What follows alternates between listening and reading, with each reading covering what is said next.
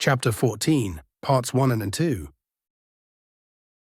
Chapter 14, Diplomacy is Not a Dead Art. Part 1, Victory Bay, Kronus.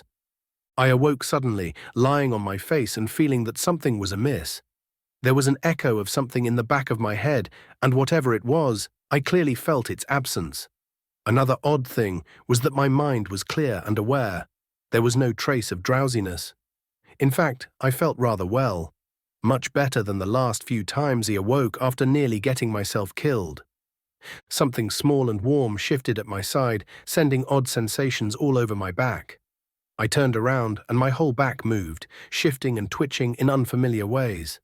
When did Celine get herself a blanket? Tea covered by feathers. My back shuddered and the blanket moved by its own accord, folding behind me. I twisted my neck and stared at the feathery appendage sticking out of my back.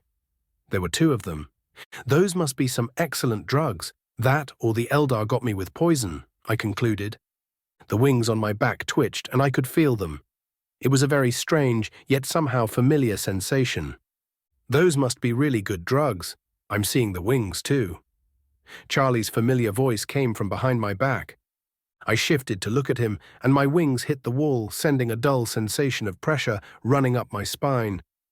You got your arm chopped off as well. You should be on the good drugs too, I reasonably pointed out. I didn't get wings in the bargain. Weber shrugged. I got a better look at him. He still missed an arm, however. His remaining hand spouted many brand new, gleaming even, bionic fingers. He wore his commissar uniform and was armed too. A pistol and chainsword hung from his belt. Do we expect even more trouble? I inquired. Now that you mention it, Charles began affably. There's a huge crowd of your fans outside. We've got 2 infantry regiments struggling to keep them out of the hospital. On another positive note, the Deimos Peninsula is now secure, and your new friends are busy building their pylons all over the place. We might not have to burn the whole region down to the bedrock just in case. That's good. Securing the peninsula, I mean. What do you mean I have fans outside? My mind helpfully supplied a recollection of the mob that surrounded us when we tried evacuating during the Orcs' ill-fated assault. My wings reflexively twitched at the memory, and I glared at them. The local priesthood is singing your praises, Inquisitor. Charles, the bastard, didn't even try to conceal his mirth. I even heard something about canonizing you. With the wings and all. Those are really real? I blurted out. My wings twitched at that, as if personally offended. They're real, feathers and all. People are praying to a couple of them. We missed those when we dragged you away for treatment. The way I hear it, there has been a constant stream of pilgrims to see your feathers in the churches that won the honor to display them. What did I do to deserve this? The implications alone. Now people would want to shoot me for the grand heresy of impersonating an imperial saint or something, as if everything else wasn't enough. I'm waiting for the other shoe to drop. I prodded Weber when he paused. On the bright side, when someone finally got around to shoot me, I wouldn't have to deal with the Emperor botherers. On the downside, I might not get shot, but instead burned on a stake. Not a good way to go, that. Well, there's the mixed pack. Reinforcements are in the system. Charles continued with an odd gleam in his eyes. Both ours and the Necrons. Someone decided to be sensible, and there are negotiations underway. What? Seriously, what? My mind came to a screeching halt, forgetting anything else. My expression must have been something else, because Charles cracked a smile. I'm serious, Inquisitor. The Alliance, he said that with a straight face and in an almost normal tone, which was probably an improvement, still holds. We have reliable units and a swarm of Necrons scouring the Ares Badlands for the demon contained there. Most of the Eldar forces are moving to whatever gate allowed them to get here. We're observing them from orbit, hoping to pinpoint the exact location or at least the general area. Charles, my friend, those are kind of good news. I'm waiting for the bad. I was being reasonable, wasn't I? An Ordo Xenos Inquisitor will be on the way to meet you as soon as her ship reaches orbit. She should be here within the next 10 hours or so. What I got from the grapevine is that the Necrons trust your word and requested your presence for the negotiations.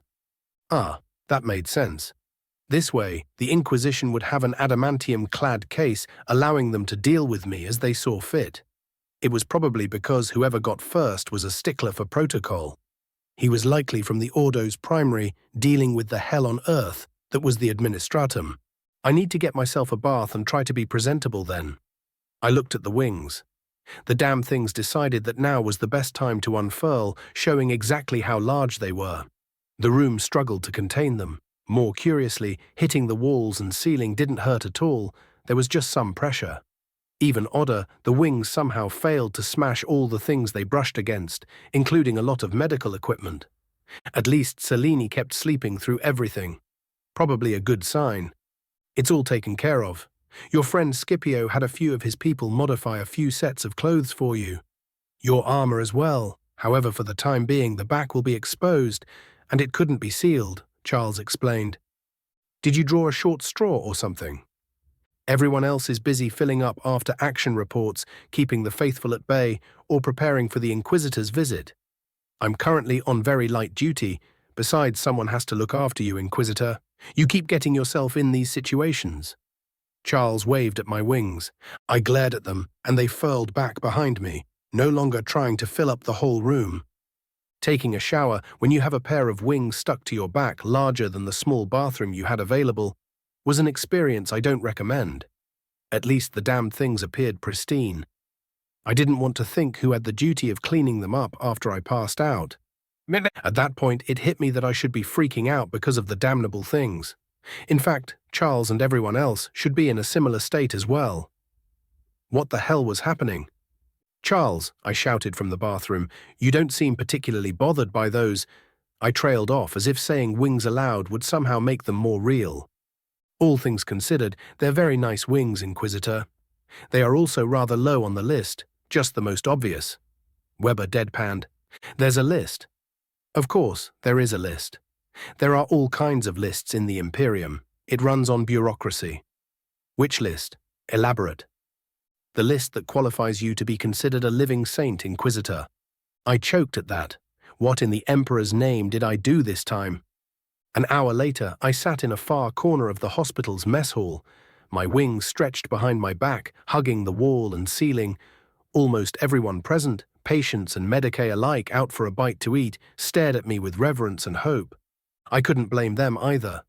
We left Selene napping on my hospital bed, watched by her Necron bodyguards and a guard squad who wanted to be anywhere but there.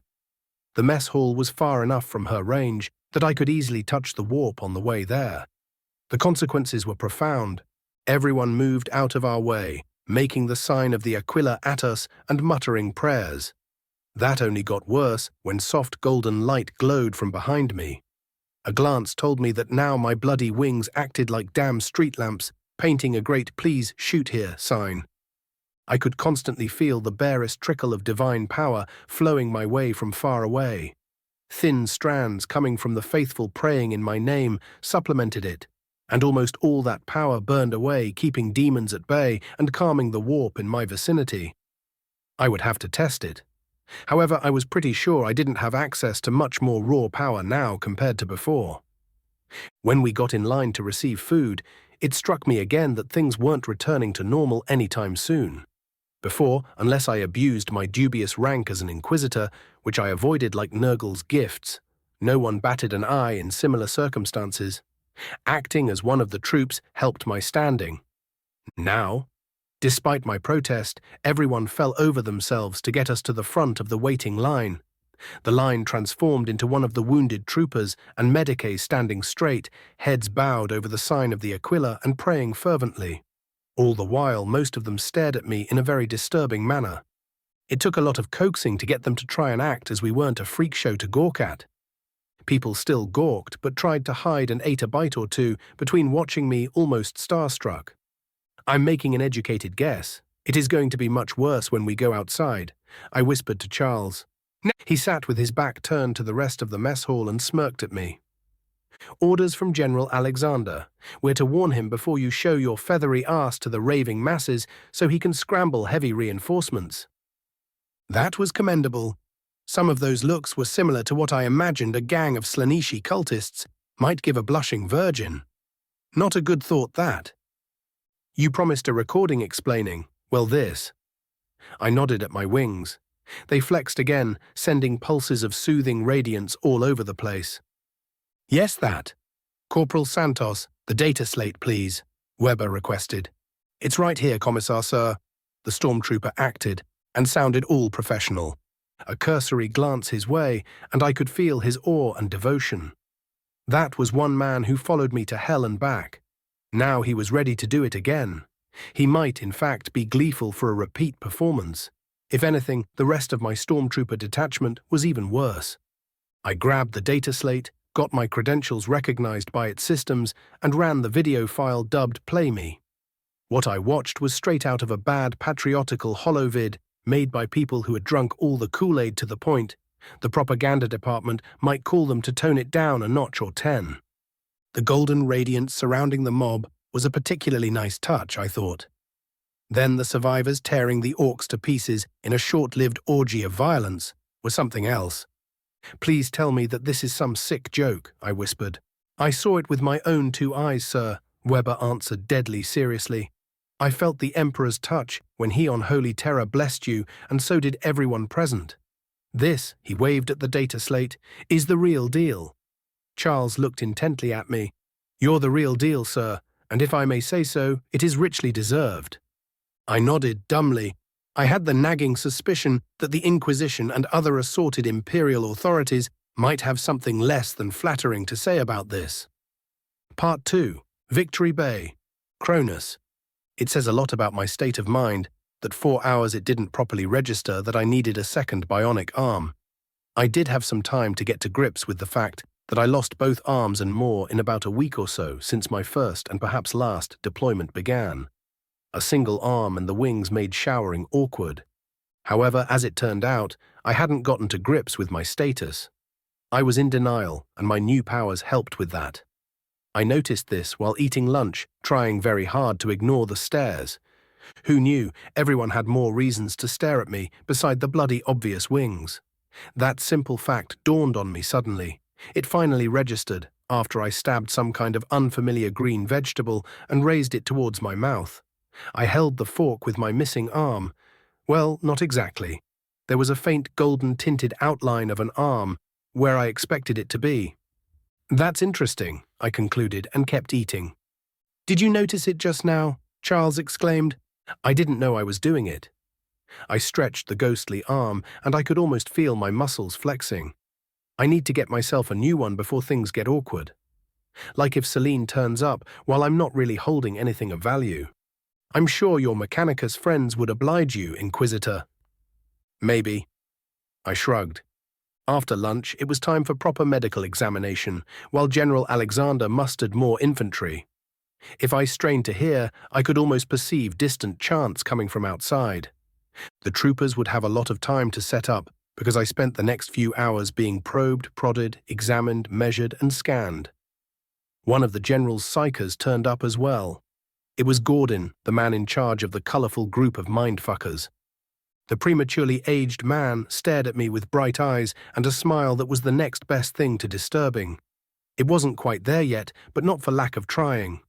The Emperor's light is beautiful. The smile became less strained and almost peaceful. Gordon kept staring at me with a far-off gaze. I've never felt the immaterium so peaceful outside of divinely blessed sights. The older Psyker shook himself and skipped, suddenly bursting with energy. "The Inquisitor is free of taint. The Emperor's light would have burned off any that might have tried to take hold." With those relieving words, Gordon turned his attention upon Weber, who squirmed under the intense gaze. "The Commissar is still clean as well," he eventually declared. Gordon suddenly blanched. I could feel the distant connection between me and the burning torch that had to be the Astronomicon, and the Emperor, dim and choke until there was merely an echo left. My glowing wings darkened, and the golden radiance quickly dissipated. A few cries of surprise and distress came from outside the examination room before the door opened and a small guided missile unerringly headed for me. Celine clamped into my side and began sniffing. "I'll have an explanation," I asked, trying to be reasonable. "If someone decided to fuck with my kid again, there would be hell to pay." "The bloody brat has been impossible," someone proclaimed from the dubious safety of the corridor. At the same time, Gordon choked on air and did his best to push his back through the farthest wall. Charles, see that this imbecile is as far away from my security detail as possible. His unit too, if they share the sentiment. I ordered while rubbing Selene's head in a hopefully soothing manner. Someone bring Gordon a drink. He needs it. If that's all, Medicaid? I turned my attention to the people who gleefully tortured me under the guise of medical examination. You're free to go, sir, the man stammered out. We'll get the paperwork to your security ASAP. He shooed me towards the door, and I wondered if I could use Selene to fend off more Emperor botherers. That's good to hear. Weber perked up. His smile was all Commissar on a mission. Corporal, leave someone to pick up our paperwork, he ordered Santos. We're leaving. And Sergeant Bright, do report to my office tonight. We'll be having words. Damn you, Jack, someone exclaimed outside. We headed for the exit, with Selene clinging to my side like a limpet. Her Necron bodyguards fell in line behind us, and for once, Santos and company didn't bat an eye. We noted your need of a spare arm, Inquisitor Vale. Our Lord inquires if gifting you one would be appropriate, one of the Necrons asked. That's a new one, Charles said with a straight face. I can't possibly refuse such a gift. I tried being diplomatic. If I wasted such an opportunity, the Mechanicus would never forgive me. That said, I wasn't going to stick such a Trojan horse in my shoulder. Our Lord will be happy to provide, the other Necron stated. Now, how do I meet an Inquisitor with those two around? Alliance or not, trying to pull off something like that might get me shot then and there. Perhaps it would be for the best if they were scarce, and Selene was safely out of sight as well. On that note, I might try to get Charles out of the firing line as well. However, first we had to survive the mob. It turned out that the hospital had good sound insulation because all we could hear from outside was a hum. If I didn't know better, I would have thought it was from the engines of multiple vehicles. While we approached the entrance, more and more fully kitted out guardsmen fell in step around us. There were a few familiar faces around, and soon Lieutenant Picos walked beside me. She looked particularly harried today. Inquisitor, I feel compelled to apologize about our failure to keep the orcs away from you. I shushed her with a gesture. You did what you could with what you had, Lieutenant. I'm confident you'll do better next time. What's happening outside? The streets are packed with people wanting to see you, sir. The building is protected by 2 infantry regiments. A third, Motorized Infantry 1, barely made its way here to receive you. Getting away by ground would be problematic. However, the General fears the citizenry's reaction if they don't see you soon. I see. I wasn't sure if Alexander acted with foresight or was simply throwing me to the wolves. The doors opened as we approached, and a wall of sound hit us straight on. Commissar, I'm not taking Selene into that. Stay behind with her and get her to a safer and quieter location. That might do it, right? I gently pried her hands from my side and looked at the kid. I hadn't imagined it. Her large eyes did contain specks of gold now. Selene, you have to go with Charles. It's not safe outside. I'm sure he'll get you a cup of cocoa or 2 if you want. I'll see you soon. I roughed her head and handed her to Charles, who bore the burden stoically. I'll keep her safe, Inquisitor. I simply nodded in acknowledgement and walked outside, surrounded by a ring of security. The farther back Selene remained, the firmer my connection with the Emperor became. Now the prayers of tens of thousands bolstered it.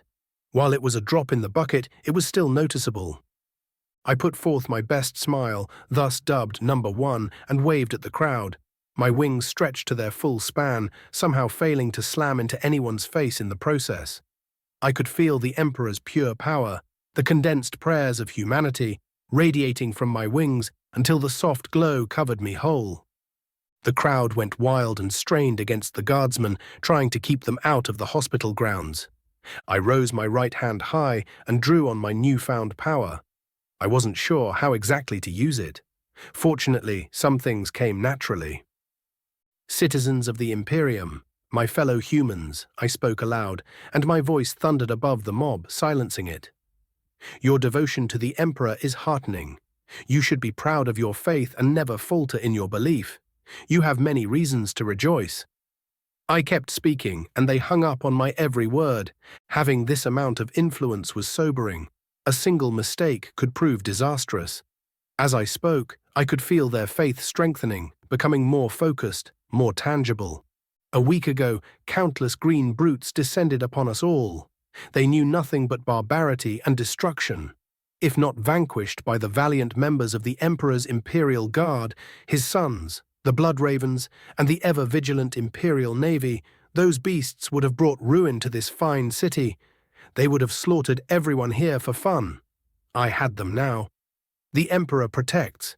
He guided us to victory against the Orcs, against the treacherous Eldar from Bieltan, against the insidious Tau.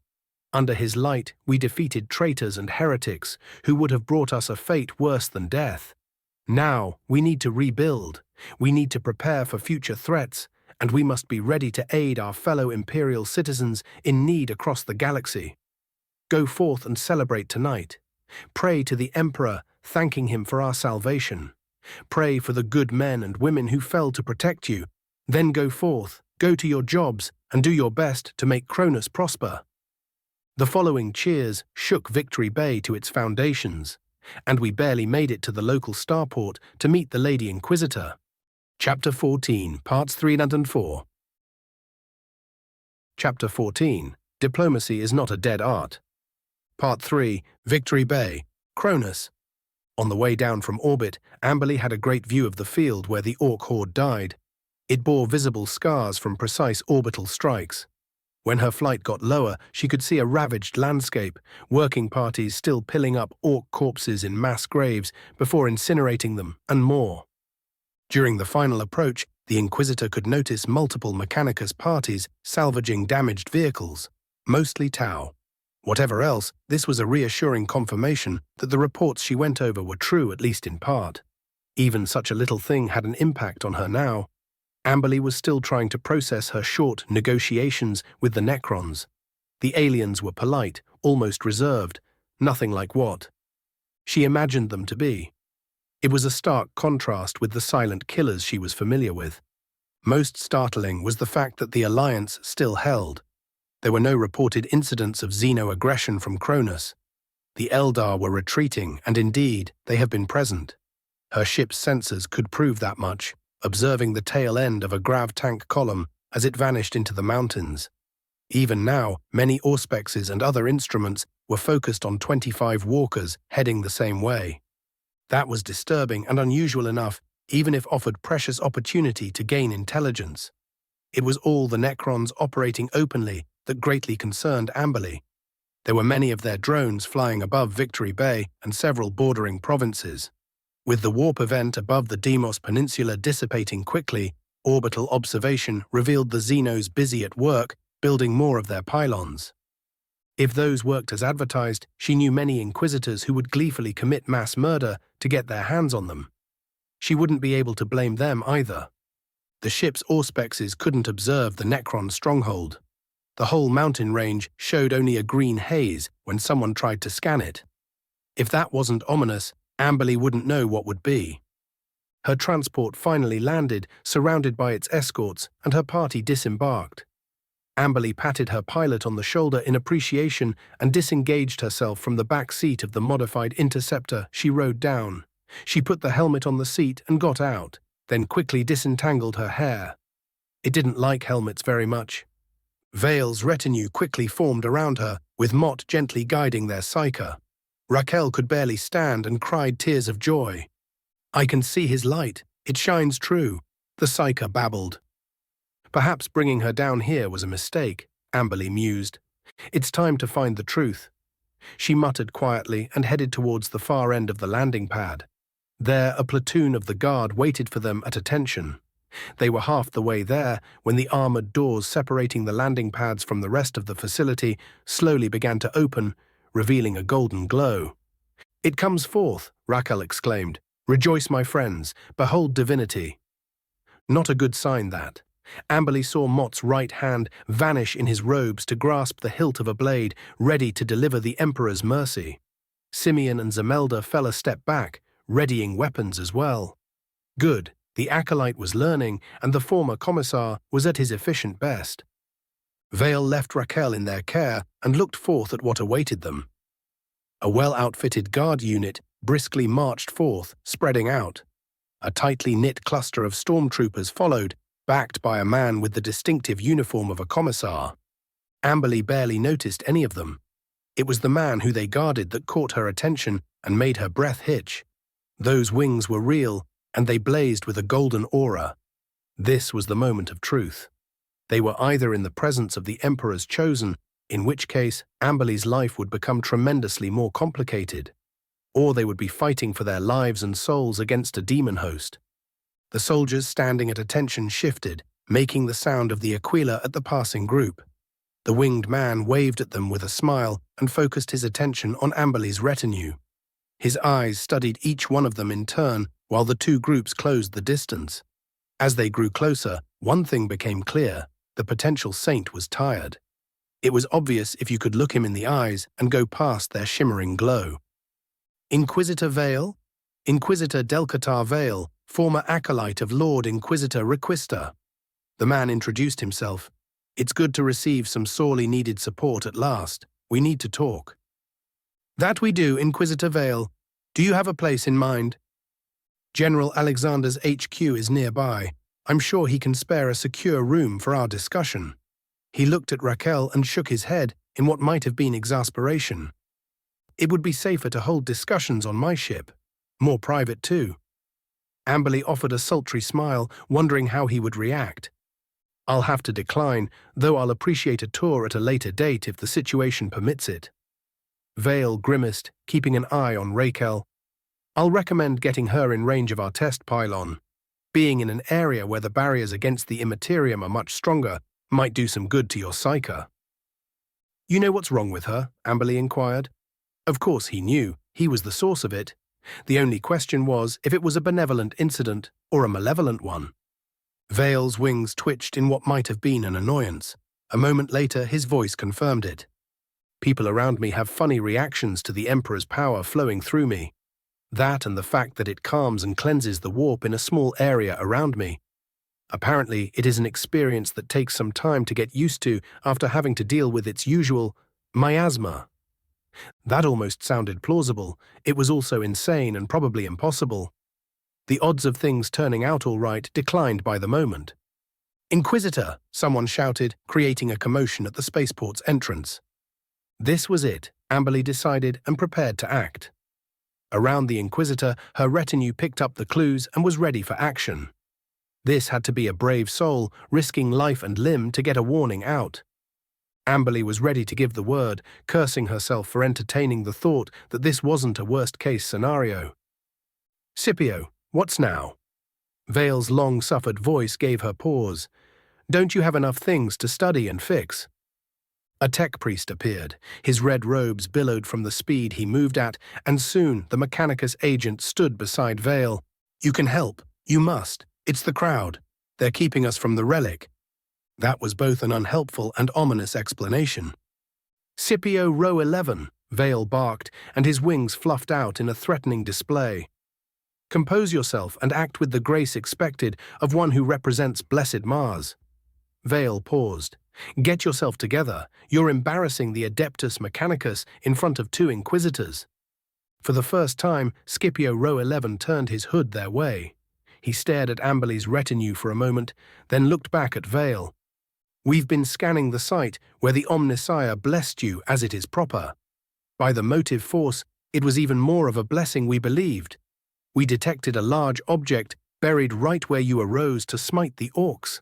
We're sure it is a thrice-blessed part of the divine engine, the Aquila Ignis. That's good, Vale said. Confusion radiated from his whole figure. It's the crowd, it's back. There are even more people praying there, and they're ready to fight. They won't let us dig up the blessed artifact. You must come, Inquisitor. You must speak with them now. The first clear sign that Vale might not be a demon host was the incredulous expression he displayed for all to see. Can we skip all the trivia so someone could shoot me already and put me out of my misery?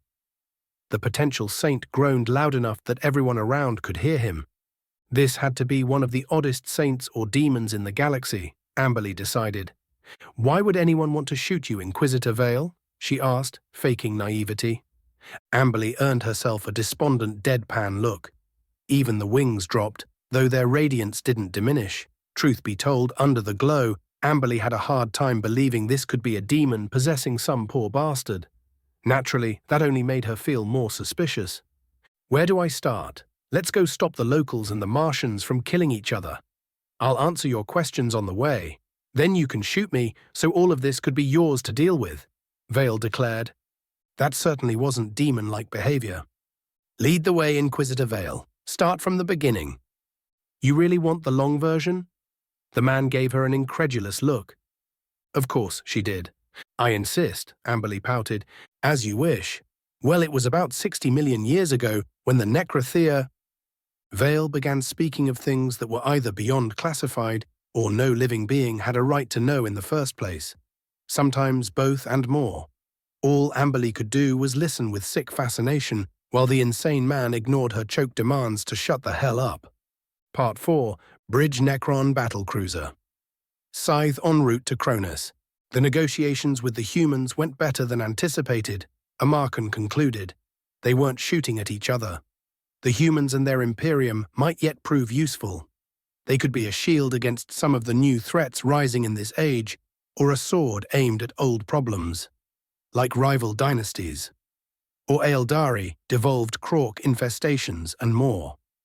Amarkan, Tsar, and the Necron Lord of Kronus, now calling himself Herald of Victory, a bit pretentious, true, but well, everyone had to have their delusions. The three of them spent a long time discussing tactical and strategic options. All the while, the Nemesaur did his absolute best to wrangle the best possible price for his assistance. He was careful, though, because alienating the Herald might not be the best choice. With the principal enemies on Kronus defeated and posing no immediate threat, it allowed the allocation of even more resources on intelligence gathering.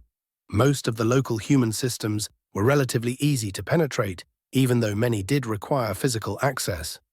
Getting to the data wasn't the hard part.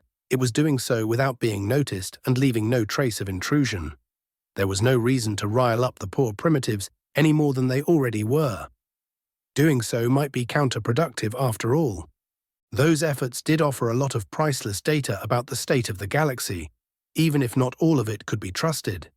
The humans loved to drape religious dogma over everything and take things of faith that had nothing to do with such a fleeting concept. Said data painted an even grimmer, if a fragmented picture, which was the topic of endless discussions. During one such brainstorming session, various assets on Kronus informed their overlords about important events unfolding on the planet. Inquisitor Vale was awake. He had grown a pair of wings, which was now confirmed to be a permanent and very unusual state of affairs. The Inquisitor had to deal with a crowd of the more foolish of his kind, something Amarkan could commiserate over. Then things got interesting. First, it appeared that offering a gift or two might be to ensure future good faith negotiations. The humans didn't have to offer something, not after the Inquisitor risked life and limb to protect a planetary lord. There were, of course, similar but superior concepts among the Necrons when negotiations between dynasties took place.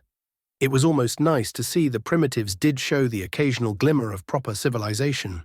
It was either that, or they were giving the humans too much credit. Still, generally, it was better to overestimate something rather than underestimate it, especially if it was a third party. The Inquisitor lost an arm saving you, Lord Herald of Victory. Tsar dispensed wise advice. Perhaps we should craft him a proper replacement. From the data we have, while the humans could craft adequate replacements, they're little better than mere flesh. Really, what was the use of replacing a missing limb if you didn't do so with something much better? That's good advice, Amarkan agreed. Herald? I already have my cryptex design and build several prototypes to serve as replacements. Honor alone demands it. Amarkan slowly nodded. Honor did matter when kept within reason. Without it, the Necrons would be a little better than the few more enlightened Aeldari or primitives like the humans. The Inquisitor lost his other arm earlier after engagement with devolved Krork and the Tau primitives. Perhaps we should offer a better replacement each. Tsar again proved the foresight that gained him the title of Tomorrow. Perhaps an old-fashioned shield, so he won't be misplacing other parts in battle. He is running out of appendages. the Herald of Victory suggested. Cryptech have designs drawn and examples built. We'll examine them and decide on proper gifts. Amarkan declared magnanimously. According to some human records, awing the primitives with exemplary gifts could go a long way. Those same records plainly said that such tactics worked on the humans themselves. They went back to strategic-level discussions until it came time to observe the meeting between the Inquisitors. That would undoubtedly provide a lot of vital insight for the negotiations. The Necrons watched and got more than they bargained for. How does he know this much? Did you tell him? Tsar of Tomorrow left proper manners behind and all but accused the Herald. I did no such thing. The planetary lord stood his ground and denied everything. Besides, his story is incomplete. Just said so. Get assets closer. We will fill in some blanks with our story. Amarkan decided. Do watch Inquisitor Vale. The analysis concludes she mistrusts Inquisitor Vale. Such a state of the affair might harm our negotiating position. I'm working on it, Herald of Victory declared. Victory Bay Kronus. Amberly felt a profound sense of relief when they got into the back of a chimera. Thanks to Vale's wings, only a handful of people could get inside with him. She chose Mott, who was busy recording everything the madman said. The commissar who arrived with Vale prepared to climb in as well when dreadfully familiar green lighting caught Vale off guards. Her instincts kicked in, and she dove for the ground. Her retinue was slower on the uptake because they were already on board a nearby transport. Necron treachery. That was Amberly's first thought. However, there were no screams of dying people while their bodies disintegrated. No sounds of combat assaulted her ears. Just a few snorts and nervous laughter that died fast.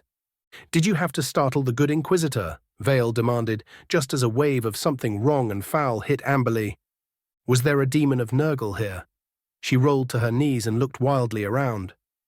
A pair of rather thin Necrons stood beside the boarding ramp of the Chimera, and no one else bats an eye at their appearance. The only other difference was a small girl hugging Vale's chest. That and the fact that he no longer glowed.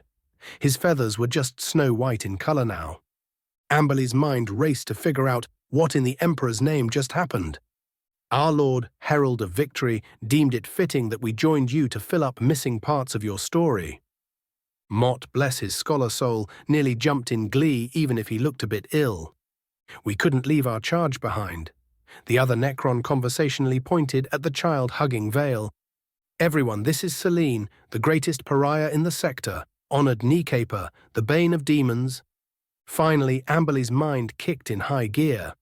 Out of the armor, the girl looked much smaller and thinner, however, her status explained Vale's reaction. It most certainly didn't explain why Vale wasn't screaming in pain, why he wasn't wailing like Raquel that a black hole was eating the Emperor's light. That said, her presence was firm proof that Vale wasn't a demon host. Amberly keenly remembered what happened to one when they got too close to Jurgen, Caiaphas's aide. It wasn't pretty. A lot of screaming and viscera got involved long before anyone did their best to put that thing out of everyone's misery. Zemelda, subdue Raquel before she does something foolish, Amberly snapped. Damn it, her temper and self-control were fraying already. Pile in. Charles, you're either riding on top or getting another transport. I'm sure Inquisitor Vale will behave. As you wish, sir. The commissar saluted and climbed on top of the Chimera. Meanwhile, the two Necrons squeezed inside, a feat made easier by their slim bodies, much slimmer than the Necrons Amberly fought before. She gathered her courage, muttered a prayer to the Emperor, and climbed inside, staying as far away from the pariah and the Xeno as she could, for all the good it did her. Where were we? Vale had the sheer gall to ask when the transport began to move. At the point where you stop spilling classified information where anyone could hear it. Are you out of your mind? Amberly raged for a moment before catching herself. So much for keeping control and upholding the lofty standards of the Inquisition. Did I say anything you didn't know? Vale infuriatingly ignored her and asked the Xenos. Nothing of consequence. Our Lord does wonder how you know of our origins. I'm not sure myself. When a topic arises, I seem to recall such trivia. I would love to hear more, Mott pipped up. Damn his scholar soul. Can you two make up your mind? Vale looked between Amberly and her old friend with exasperation written all over his face. Amberly knew she should demand the man shut up for good. However, if he actually knew what he was talking about, if the Necrons, for some insane reason, were ready to collaborate the information and fill up holes in it, then it would be Amberly's duty to gain as much intelligence as possible, then ensure it got to the Inquisition at large. This had to be a stalling tactic, a distraction, and it was working, damn that man. Chapter 14, Parts 5 and 6. Chapter 14, Diplomacy is not a dead art. Part 5, Victory Bay, Kronus. In the end, Amberly let Vale speak. She was too curious for her own good. The information the Inquisitor might gain could be too useful, just as useful as finding out how Vale knew it. Well, Celine, it's story time, Vale began, and somehow his wings curled protectively around the child in his arm, even if they shouldn't have properly fit in the chimera in the first place. It dawned to Amberly that even when holding a pariah, Vale might still retain a bit of his connection to the immaterium, which was more than disturbing, yet would explain much. A long time ago, in an age that is now little more than myth and legend, a species called the Necrontyr arose. They evolved on a planet too close to its star, one ravaged by radiation. They were clever creatures, curious and creative. Amberly fought not to snort at the blatant buttering of the Necrons. It was just that. It apparently worked, at least on the two physically present. Somehow, the machine stood straighter and perhaps prouder. The pariah child relaxed and looked up at Vale. Yet, despite all they would achieve over centuries and millennia, even conquering the stars, they couldn't escape the ill legacy of their origins. Even on colonies far away from their homeworld, their bodies still bore the scars and wounds of the radiation that ravaged them for countless generations. Despite the extreme effort and resource allocation, our ancestors couldn't meaningfully extend our lifespan or cure for good. The malignant tumors our flesh and blood bodies developed, even among those whose immediate ancestors never went near our homeworld. The closer Necron added with a hint of regret. The short and painful nature of their existence shaped the Necrontyr civilization. Lives were short, fleeting things full of agony, loss, and regret. Countless dynasties rose and fell built upon the anticipation of death. The living, life itself was seen as a temporary state of affairs until you died and joined your countless honored ancestors. The greatest monuments the Necrontyr built were to honor their dead. That didn't change when they spread across the stars, built an empire of their own, and kept searching for salvation, yet it was all in vain. Vale continued in a lower voice, until one day an expeditionary fleet met odd, frog-like creatures.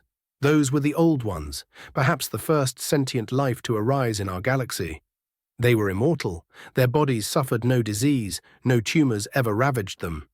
They were also the undisputed masters of the warp, and powerful beyond belief. To us, they were the old enemy.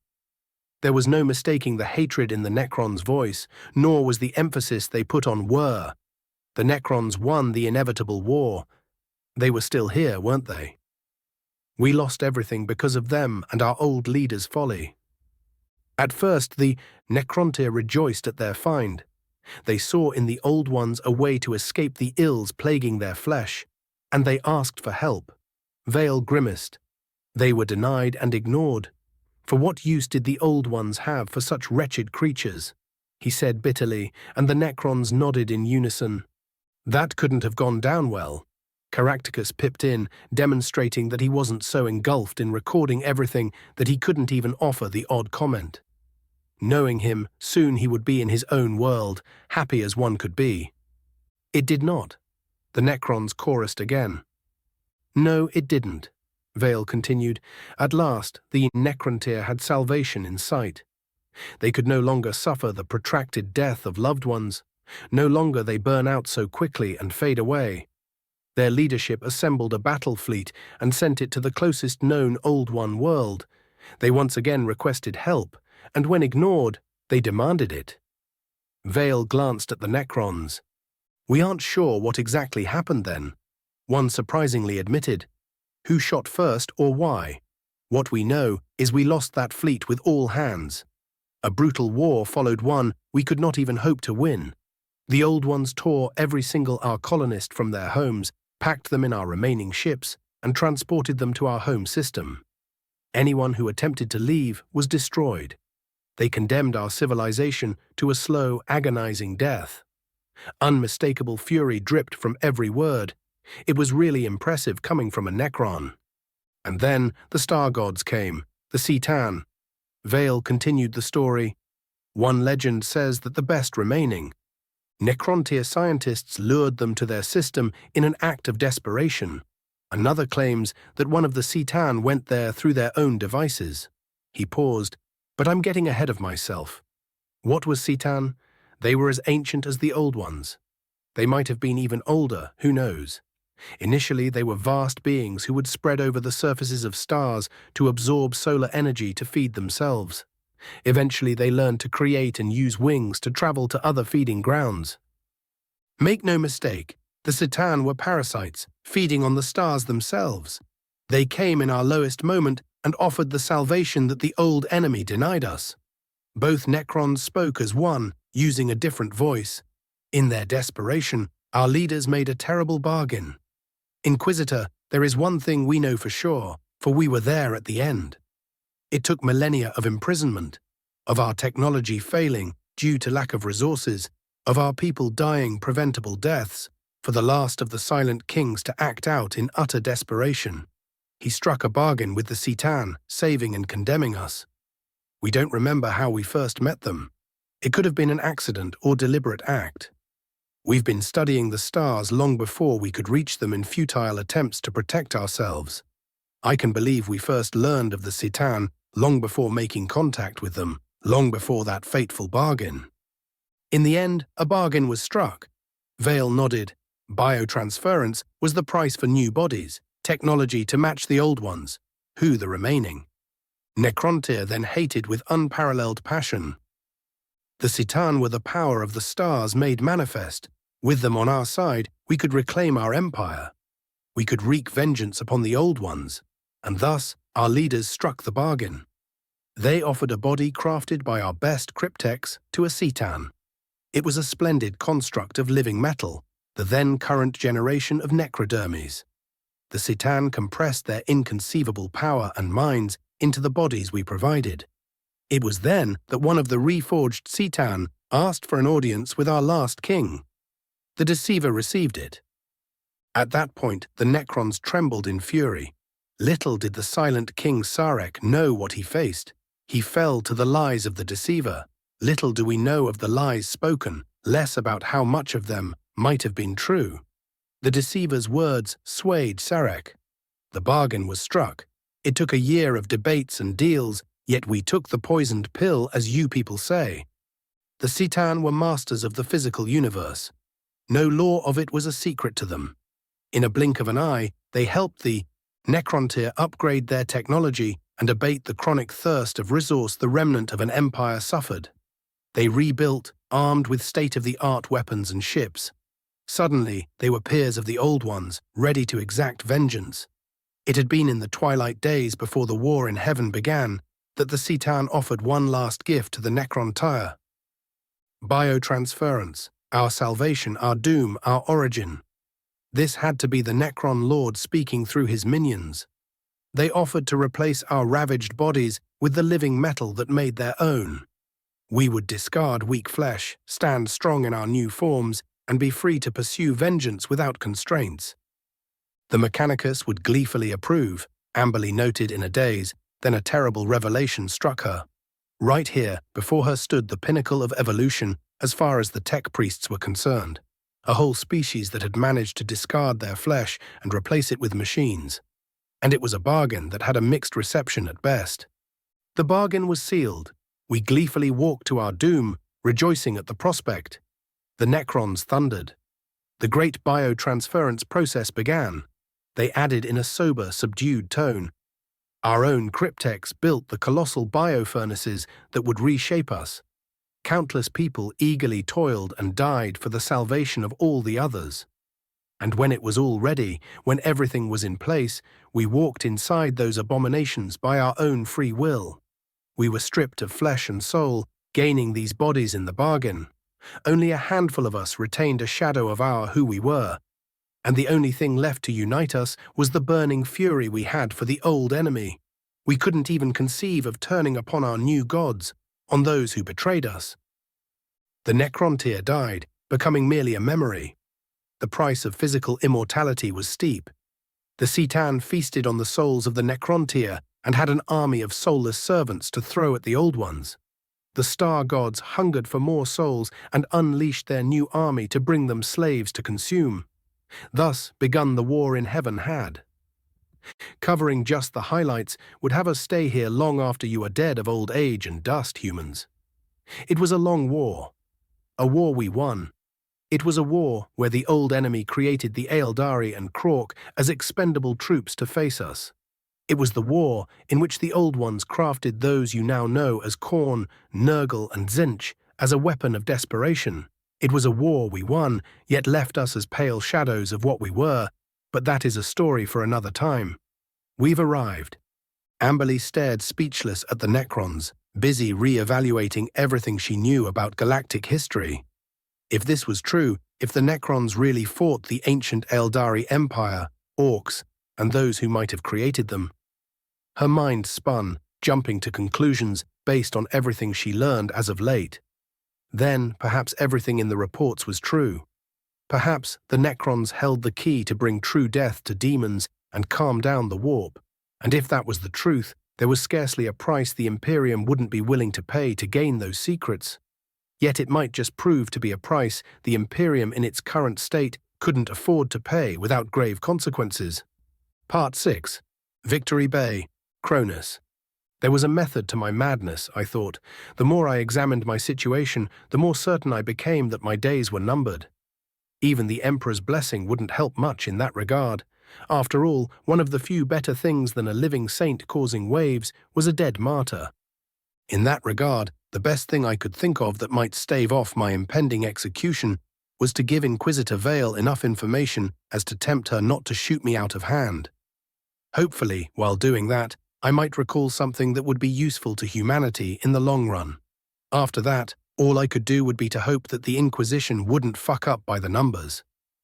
Unfortunately, I couldn't exactly get useful information on demand. I still wasn't sure if whoever mind-fucked me on Terra had been sloppy or a genius. For now, an abridged history of the Necrons had to do. It was true as far as I could recall, which wasn't saying much at all. I merely made our current allies look a bit better for various obvious reasons. What they added was a nice touch. For all I knew, it might be the honest truth, or complete grok shit. Fortunately, dealing with that wouldn't be my problem for much longer. Inquisitor Vale reluctantly disembarked the Chimera. She looked at her minion with exasperation. Mott, was it? Was still busy scribbling down the story. She had to drag the poor bastard away. Dealing with odd minions was a general curse upon all Inquisitors, not just something special I had to deal with. That revelation didn't make me feel any better. Sweetie, you're staying here. Where is safer? I'm sure that if you're a good girl, we'll be able to find out some hot cocoa for you. Celine frowned at me, then brightened and nodded rapidly. Getting out of the transport was a bit of a chore, with wings and all, but I managed. Weber jumped off the Chimera to be at my side and wavered a bit. With only one arm, his balance was less than ideal. Charles, get the transports. And Selina, farther back in case of trouble. The last thing we need is for some particularly eager or foolish grunt to become overly excited.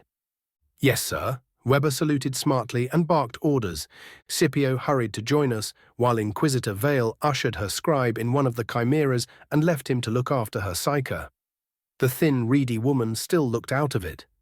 From our position, I could clearly hear the chanting of hundreds of people, if not thousands. Streams of angry binary answered in kind. The roads leading closer are packed, sir. Lieutenant Picos jogged to my side, surrounded by her command squad. It might be best if we go through the field hospital.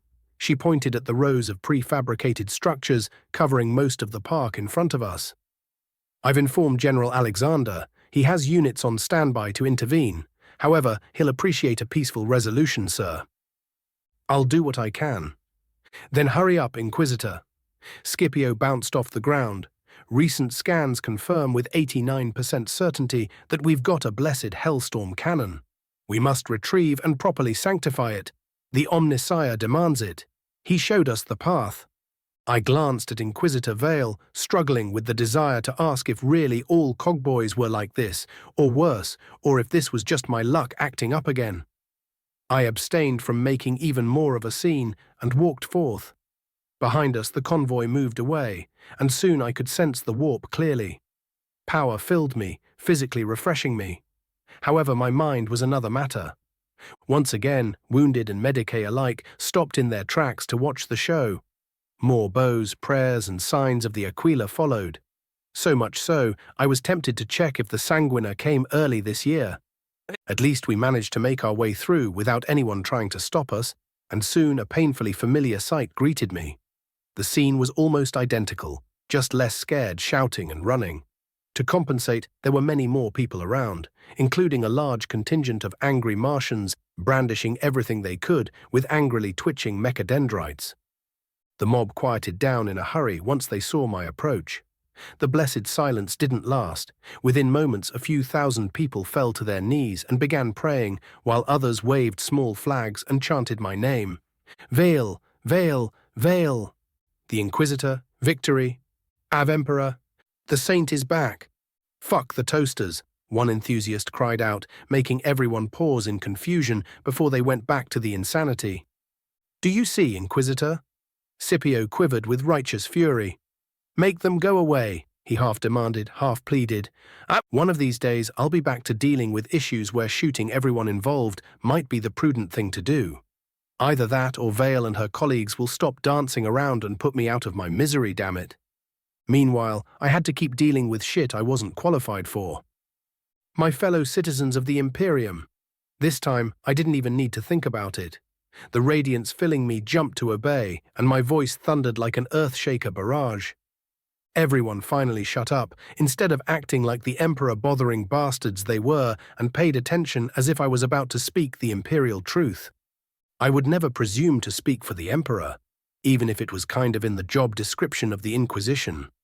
However, as an Inquisitor of His Imperial Majesty's Most Holy Order of the Inquisition, there was a contradiction here, no sire.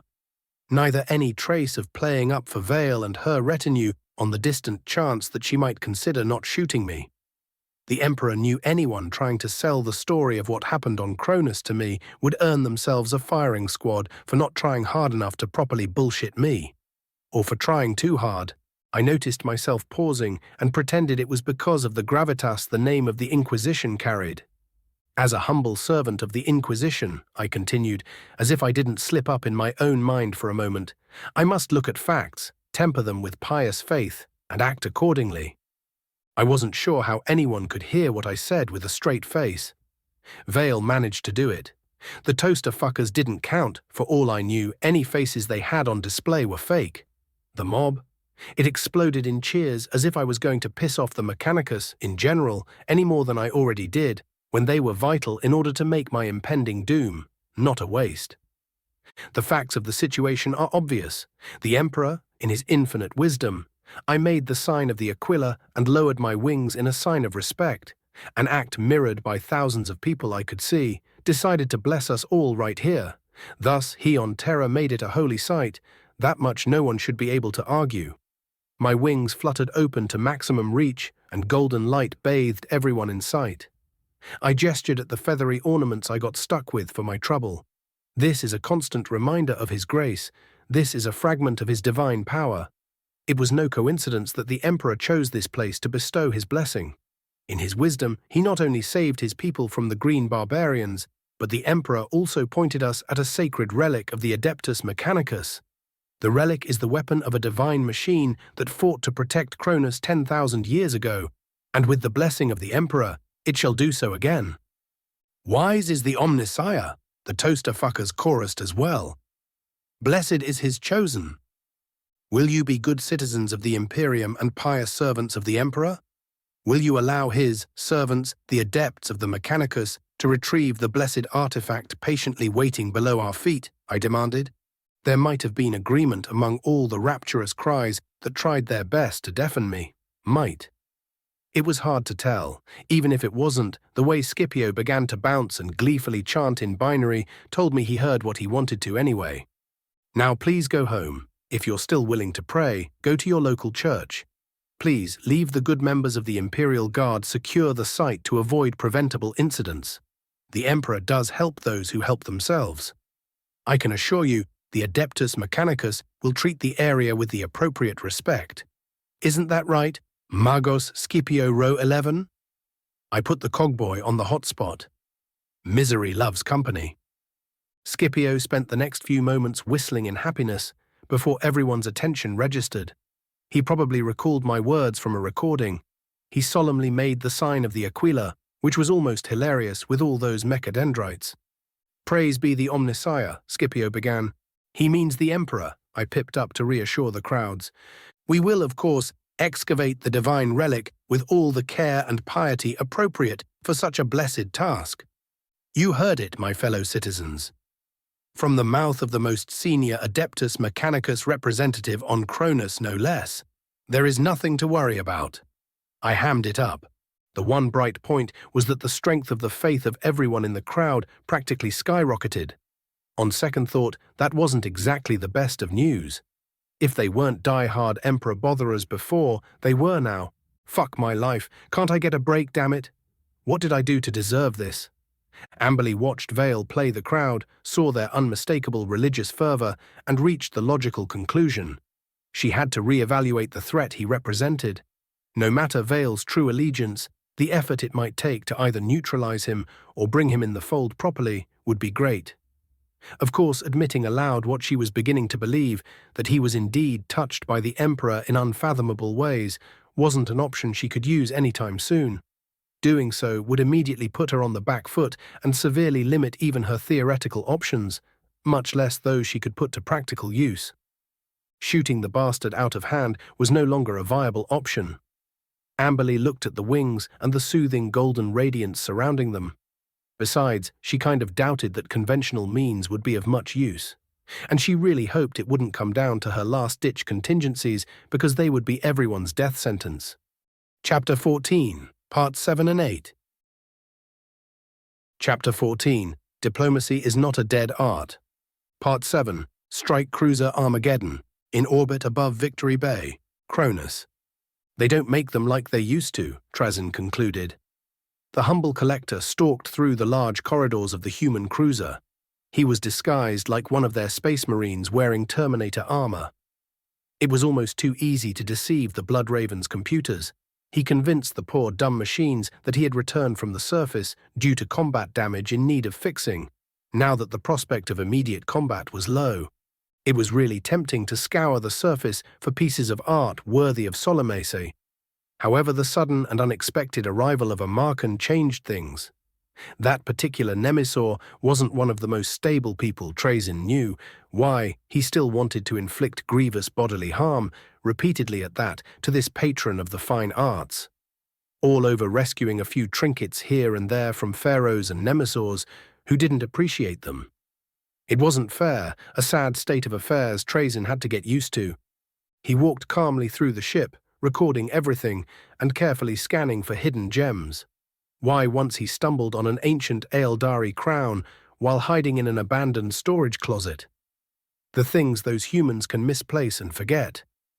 Too many of them had no proper appreciation of the arts. They weren't like his old friend Revelation. Now that was a fellow with the right ideas. Or he was, before getting stuck as a glorified light bulb.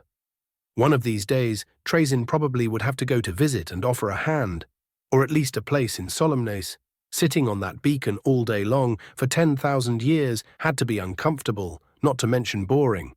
Trazyn could sympathize. He has been awake for a very long time, and boredom was the constant enemy. Others came and went, finding something interesting to do between expeditions was usually a chore. The Necron curator waved cheerfully at a squad of passing space marines. In a few centuries, if they didn't get themselves killed, a few of them might be worth his attention. Perhaps even sooner. The tricky part about history was that in the heat of a moment, it was hard to figure out what might have real significance. All too often, events that appeared momentous turned out to be mere footnotes no one cared about. Well, Trazen did have a gallery for such things as well. History should not be forgotten, and you should appreciate even the little things. Trazen reached the reliquary in the depths of the ship and nodded at the pair of guards standing at parade rest in front of the adamantium door. A few very useful artifacts he crafted came in useful, spoofing all sensors and direct examination by the enhanced humans. The door soon chugged open, a slow and ponderous affair. It was another sign of the times. Back in the day, such vaults would open much faster once you cracked the protections. "Brother, what can you tell us about the Xenos? Will this foolish alliance last much longer?" one of the Blood Ravens asked. "They're dangerous, and there are many of them down there," Trazen began. "We don't have the numbers to prevail conventionally." In his concerned opinion, the mask he wore did a great job of mimicking human outrage and disgust. "Damn those aliens! Did you at least find the relics? The chapter master will be disappointed if we return empty-handed." Trazen perked up at that. While what the Blood Raven considered relics might turn out to be useless baubles fit only to entertain children or dimwits, there might be something of interest buried on Kronus. Beyond the research facility he wanted to tour, that is. "Sadly, no. I'm hoping that we'll get another opportunity to retrieve them." "So do we." The door finally opened and Trazen hurried inside. What do we have here, he wondered. There were bits and pieces from all over the galaxy. The infinite collector skipped happily and began to examine everything with his expert's eyes. As happy as he was thinking ahead as well. It was often a tough choice between retrieving something now or waiting for the piece of art or history to gain more notoriety and thus become more valuable before making it part of the appropriate collection. In that regard, living things were particular offenders. They tended to get either lost or killed at most inopportune times and places with distressing regularity.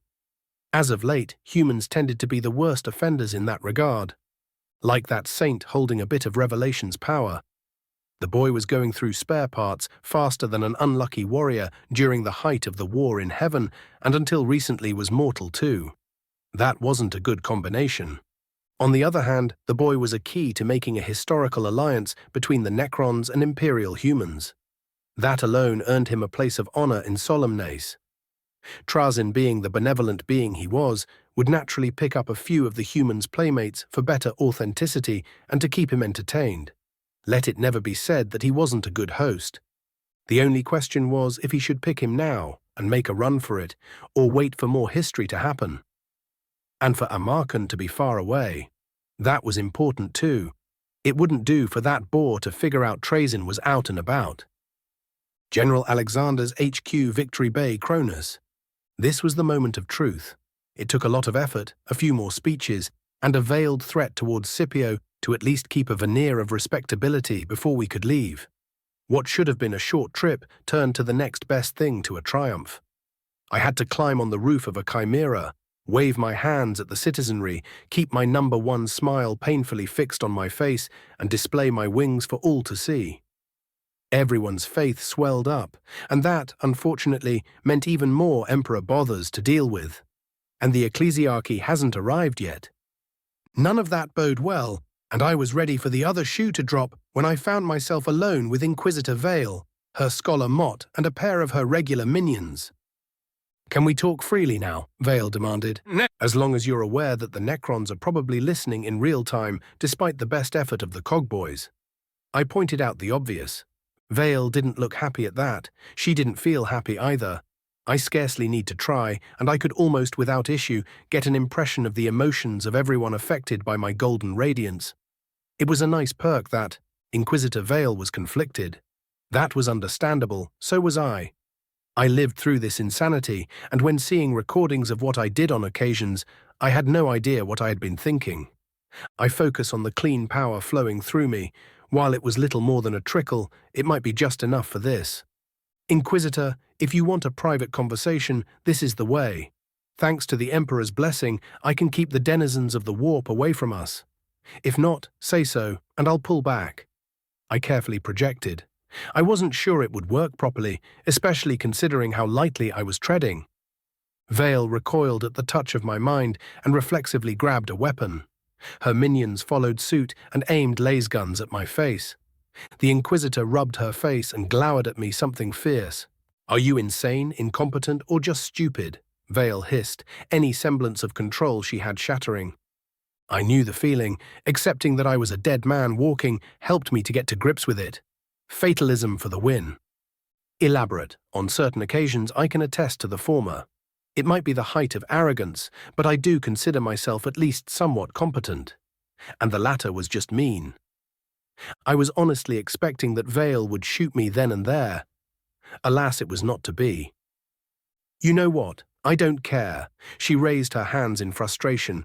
"I'll be selfish and leave the poor bastards of the Malleus and Hereticus deal with you, the Necrons. Tell me about them. The local ones, general history can wait. What are we dealing with? Why did they consider allying with us? Can this insane alliance last, or are we about to be murdered by your metal friends? Then tell me what in the Emperor's name happened with Skulltaker. How are you still alive?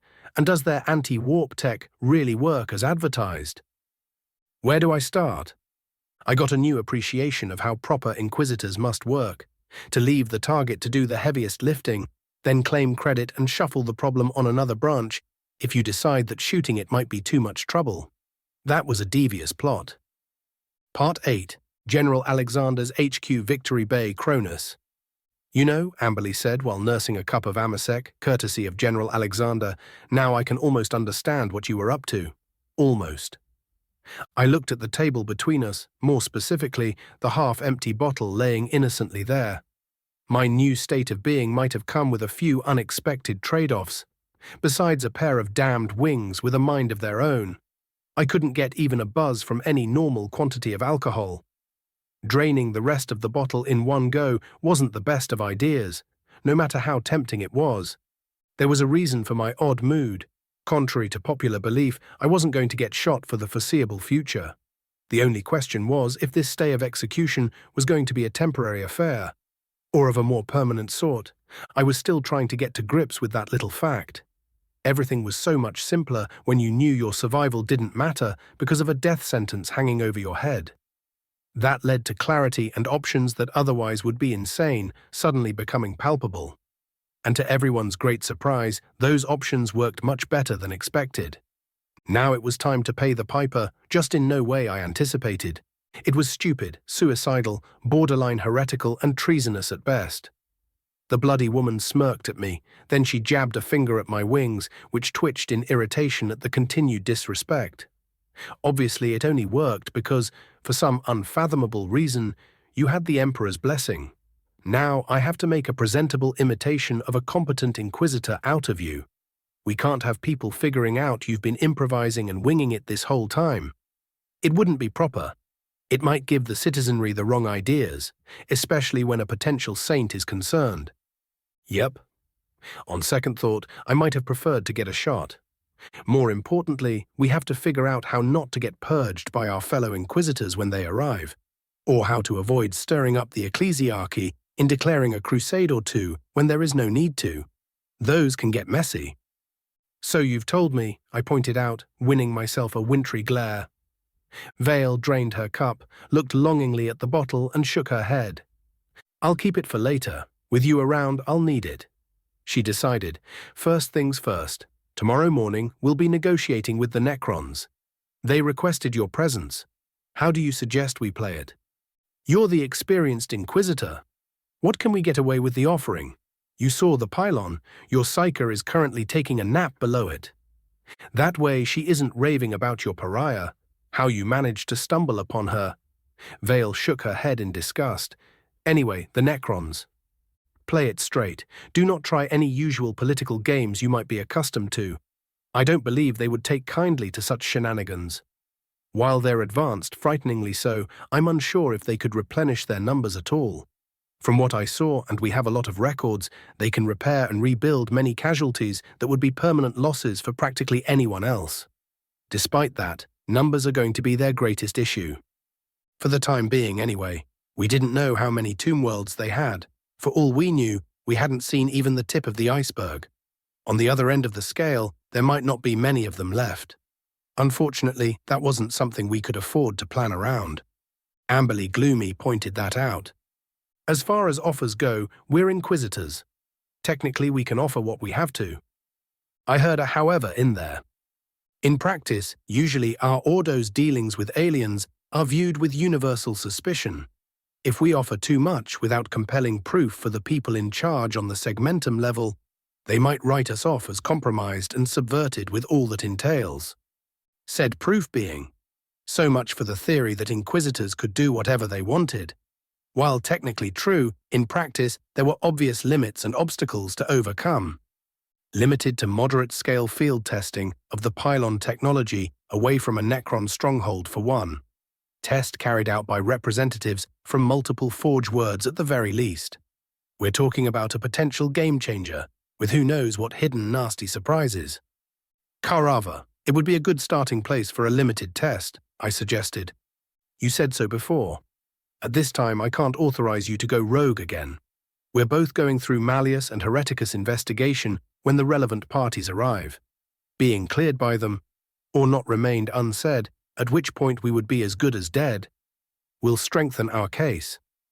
I'll send astropathic messages and requests for information on the system the moment it becomes feasible.